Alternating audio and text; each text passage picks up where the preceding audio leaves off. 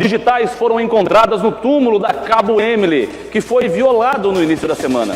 A polícia ainda não sabe de quem são as digitais.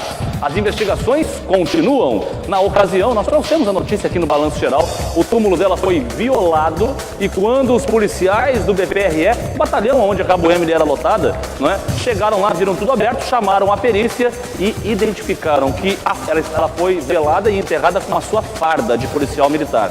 A farda estava com os botões do casaco abertos e a calça estava baixada. Assim foi encontrado o corpo da Cabo Emily, não é? Desde já, a confirmação do crime de vilipêndio de cadáver. Porém, agora as investigações seguem para saber se foi um ato de vandalismo, se foi um ato de furto, caso ela tivesse com alguma joia, né, o corpo tivesse com uma aliança, com um cordão, por exemplo, ou um brinco de ouro, por exemplo, ou se tratou-se de um caso de necrofilia. Vamos acompanhar mais detalhes porque digitais foram encontradas e agora cabe à Politec identificar quem são os donos ou quem é o dono dessa digital.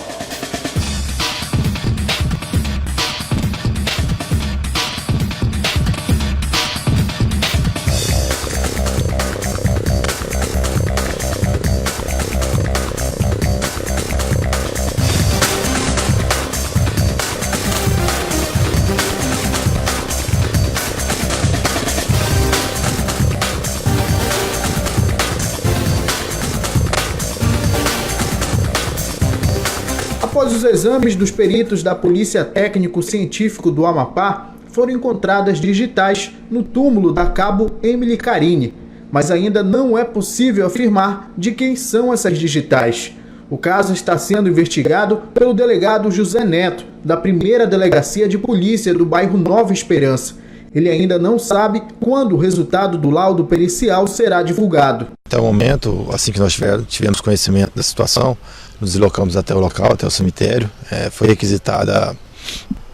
requisitadas todas as perícias pertinentes, né? Foi solicitado que fosse removido o corpo para a realização de novo exame microscópico, a fim de tentar localizar eventual material genético do suposto infrator, saliva, um restante de pele ou alguma coisa que pudesse estar lá. Todavia, infelizmente, me foi informado pelo médico perito que não foram localizados. Solicitamos também o levantamento papiloscópico. Lá foram retiradas algumas impressões digitais lá das pessoas que manusearam o túmulo. Essas informações já estão na Politec aguardando assim, que nós encaminhamos supostos autores para fins de confrontação. Em um primeiro momento, a Polícia Militar chegou a dizer que os braços do cadáver tinham sido levados, mas o delegado negou que isso teria acontecido. Ficou constatado também que, de fato, assim, apesar de ter tido manuseio no corpo da vítima, não foi subtraído, não foi extraído nenhuma das partes. O corpo está intacto, está inteiro. De acordo com o delegado, a dificuldade na investigação é devido à falta de testemunhas. Além disso, no cemitério São José não existe vigilante noturno e nem sistema de monitoramento eletrônico. Infelizmente ainda não foram apontados suspeitos. Assim, uma dificuldade que nós temos é porque de fato não há vigilante no período noturno.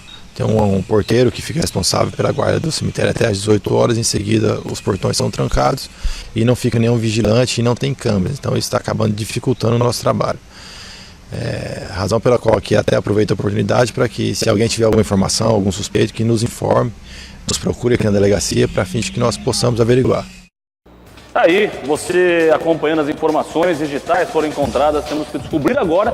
Primeiro a Politec, na sequência a Polícia Civil será informada e aí assim que tivermos a informação nós traremos aqui a informação para você, porque temos que descobrir o que aconteceu. Aquele termo descanse em paz parece que já não existe mais, né? Depois de tudo que a Cabo Emily sofreu, a violência que ela sofreu pelo companheiro Cássio Ramos, né, o soldado Cássio Ramos, né? Aí a dor da família, aí ela foi sepultada e nem assim tem paz, seu túmulo foi violado. Olha, temos que descobrir urgentemente quem foi ou quem foram as pessoas que causaram esse mal. Vou pedir para o Joaquim encher a tela mais uma vez, para a gente poder ver o trabalho dos peritos, como é muito interessante o trabalho dos peritos, porque é um trabalho minucioso. Como aí é um ambiente claro por causa do azulejo, né, eles usam uma espécie de grafite. Eles jogam um grafite na superfície mais clara e aí vão aos poucos, bem devagar, vão passando esse pincel, né, para poder tirar o excesso e aí se revela a digital. E aí você retira a digital com uma fita durex ou Claro que é um material muito mais refinado. E a título de curiosidade, se for ao contrário, se for uma superfície escura, aí usa-se um pó branco, uma espécie de farinha de trigo, por exemplo, né? E aí também tira-se o excesso e aí entra com um material colante para poder transformar aquela digital numa coisa física. Eu falei uma fita durex, mas é claro que é um material muito mais resistente, muito mais profissional. E aí o momento em que o caixão era retirado, precisou ser levado para a perícia, porque na ocasião não encontraram os braços da vítima, né? Quando chegaram ao local, viram o corpo, porque como a Nelly Flan trouxe a explicação, é bem verdade. Todos os velórios de Missão Vários que a gente acompanha, e meus amigos de todo o Brasil, a pessoa está como? Com as mãos sobre o peito. E quando abriram o caixão, estava só o peito, não tinha os braços. Então não se sabe aonde foram parar os braços da Cabo Emily. Ou seja, na época até se levantou a questão de que pudesse ter sido retirado parte do corpo para algum tipo de ritual, mas nada ainda pode ser dito 100%. Nada ainda pode ser afirmado 100%, porque a perícia identificou digitais. Agora, aos poucos, tem que se dando informações. E aí você fala, Luiz, você tinha que bater nesse assunto todo dia.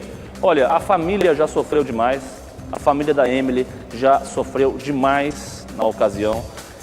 A imprensa noticiou bastante o caso e acredito eu que a família da Emily Monteiro, se estiver nos assistindo agora, cada vez que se toca nesse assunto, eu imagino que seja uma ferida que abra no coração do irmão, no coração da prima, de toda a família, que até hoje certamente chora e chora muito pela perda, pela ausência, não é? Então a gente está aqui para contar os novos fatos, mas ao mesmo tempo respeitando a dor da família.